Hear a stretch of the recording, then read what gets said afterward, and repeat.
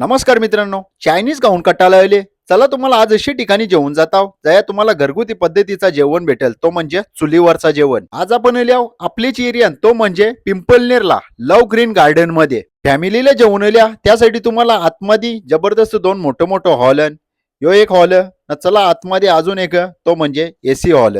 यो बघा, यो पण कवरा मोठा. बर्थडे साजरा करायचा आहे, अॅनिव्हर्सरी साजरी करायची आहे, त्याच्यासाठी पण डेकोरेशन रेडीच आहे. बाहेरचं ग्रीन गार्डन आवरा भारी आहे की तुम्ही आतमध्ये हॉलमध्ये बसशालच नाही, आवरा थंडावा. कसा वाटला नजारा? जबरदस्त ना. लोकेशन तुम्हाला सांगताव, तलेईपाडा पिंपलनेर पिंपलास वेले रोडला.